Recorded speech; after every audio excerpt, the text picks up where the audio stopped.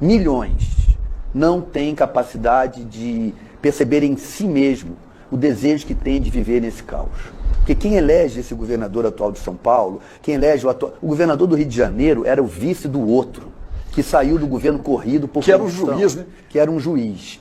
Como que esse sujeito se reelege se ele era vice do outro? O Rio de Janeiro teve, acho que 5 governadores condenados por corrupção. Os 5 A últimos. população do Rio de Janeiro... Só escapa o último aí.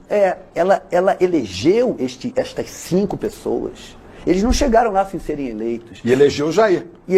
Nós temos que nos perguntar, todos eles, nós temos que nos perguntar o que se passa, que o povo brasileiro morbidamente deseja o seu próprio sofrimento. Existe um sadismo aí, existe uma... Eu acho que é um problema da filosofia do monoteísmo, entendeu? Que leva... o parlamento é a âncora verdadeira da democracia. Se o parlamento é desonesto, mesmo uma pessoa honesta no executivo fica refém dele. A gente está cansado de ver isso acontecer. E você se define hoje como um cara de extrema esquerda. Muita gente se arrepia. Extrema esquerda, então o que é? Ele é um guerrilheiro, é um radical. O que é extrema esquerda? Você sempre foi de esquerda para depois virar extrema esquerda? Conta essa história para a gente. Não, eu sou de extrema esquerda porque houve um ataque tão covarde às ideias de esquerda que a gente, então eu vou lá para o meu extremo. Se vocês estão achando que a minha razoabilidade não é suficiente, eu vou lá para o meu extremo. Eu diria que a extrema esquerda é defender o equilíbrio entre o bem comum e o bem particular. Ser de esquerda, no fundo, é considerar que há certos bens da humanidade que são inevitavelmente coletivos. O saber, por exemplo. Quem é que descobriu toda essa matemática que a gente aprende na escola? A história. Quantos historiadores trabalharam para a gente hoje ter livros de história? A literatura. A quem pertence esse saber? A quem pode pagar por ele? Não. Esse é um saber que pertence à totalidade da humanidade. Então me parece óbvio que ele tem que ser oferecido e garantido à totalidade da humanidade. Não pode uma pessoa nascer rica, como me aconteceu, e aí eu ter a oportunidade de estudar, e o garoto que nasceu no mesmo dia, no mesmo ano que eu, no mesmo lugar, mas numa família que é herdeira da escravidão brasileira. Porque é preto, né? E no caso do Brasil há essa tristíssima concomitância, né, da cor da pele das pessoas, está ligada à pobreza majoritariamente, e aí ele não tem direito ao saber da escola particular. Então, de uma certa maneira, haver escola particular é uma ofensa à justiça do conhecimento. Ou bem não há escola particular, ou as escolas públicas são variadas e a gente tem, sei lá, um vale que o governo nos dá, mas pagar pelo ensino, quem tem direito a ficar vivo? Quem pode pagar pelo hospital? Essas coisas... Plano de saúde, né? Plano de saúde, seja o que for. Obviamente todo mundo tem direito a ficar vivo, todo mundo tem direito ao conhecimento. Agora, eu quero, sei lá, voar de asa delta. Problema teu, trabalho e compra uma asa delta. Nem todo mundo tem o direito a voar de asa delta. Agora, todo mundo tem direito a uma escola, todo mundo tem direito a uma rua para andar, né, a um hospital para ir, a um teto para morar. Como é que pode alguém nascer e não ter uma casa? Então, ser de esquerda, na minha opinião, é lutar pelo equilíbrio entre o bem comum e o bem particular. Enquanto que ser de direita ou de extrema... Ser de extrema direita é ser um assassino. Mas ser de direita, ser de centro, é achar que o bem comum não tem valor, que nada é comum, que tudo é uma questão apenas particular da pessoa conseguir por ela mesma. Como é que uma criança consegue por ela mesma uma boa escola? Nós temos que dar para ela. E o preço disso qual é? É pagar impostos justamente e que esses impostos sejam administrados honestamente. O fato dos impostos não serem administrados honestamente não pode desmerecer o fato de que temos que pagar impostos para que existam bens públicos. Porque há quem diga que não, para de pagar isso e vamos trabalhar para a iniciativa privada, porque ela é mais eficiente, que é uma balela, né?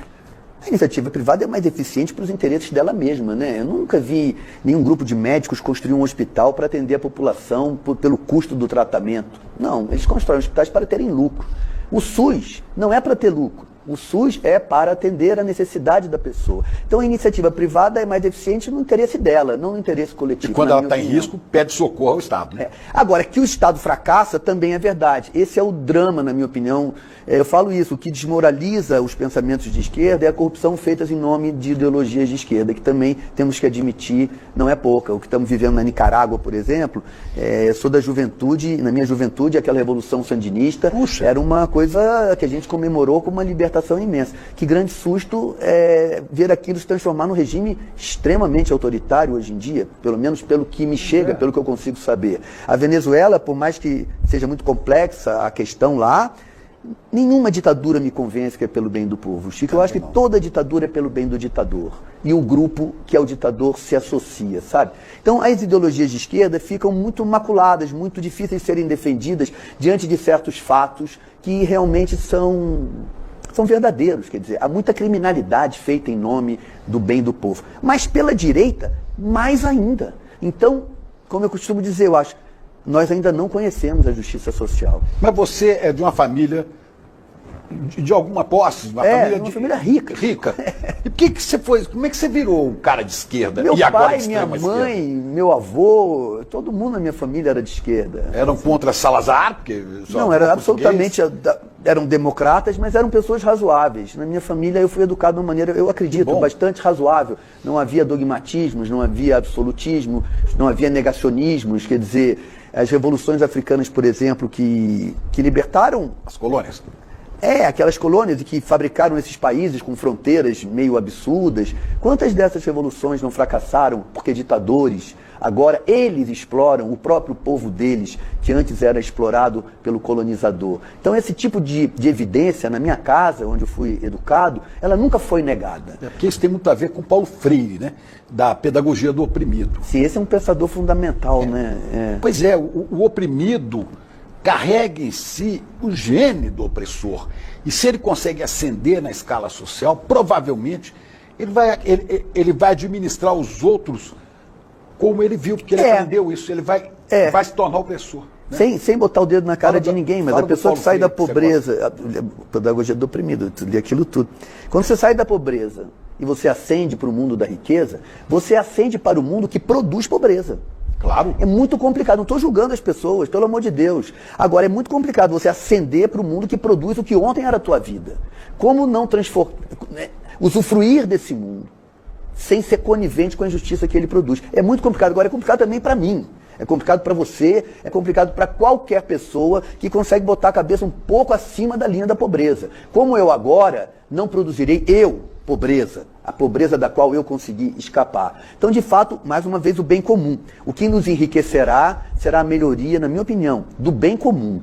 E o bem comum, quem administra ele é o Estado. Então temos que recuperar um Estado brasileiro que seja, de fato, um Estado voltado para o bem comum e não como é hoje, voltado para o bem da aristocracia política. Que a classe política hoje em dia está infestada de um sem número de pessoas que não tem nenhum interesse no bem comum e que aquilo é para eles uma escada social. O sujeito entra ali, que tem de gente que agora quer ser vereador, só na cara da pessoa. Do Chico Anísio? Tem uma grande época da televisão em que o Chico Anísio teve a liberdade de fazer esse personagem. Quem hoje tem na TV aberta? Duvido.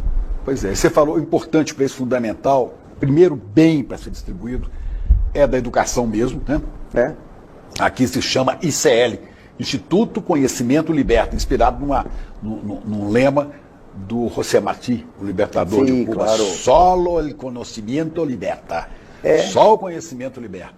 Tem uma letra de um rap de um personagem que diz: eu sou o que eu sei, eu não sei o que eu sou.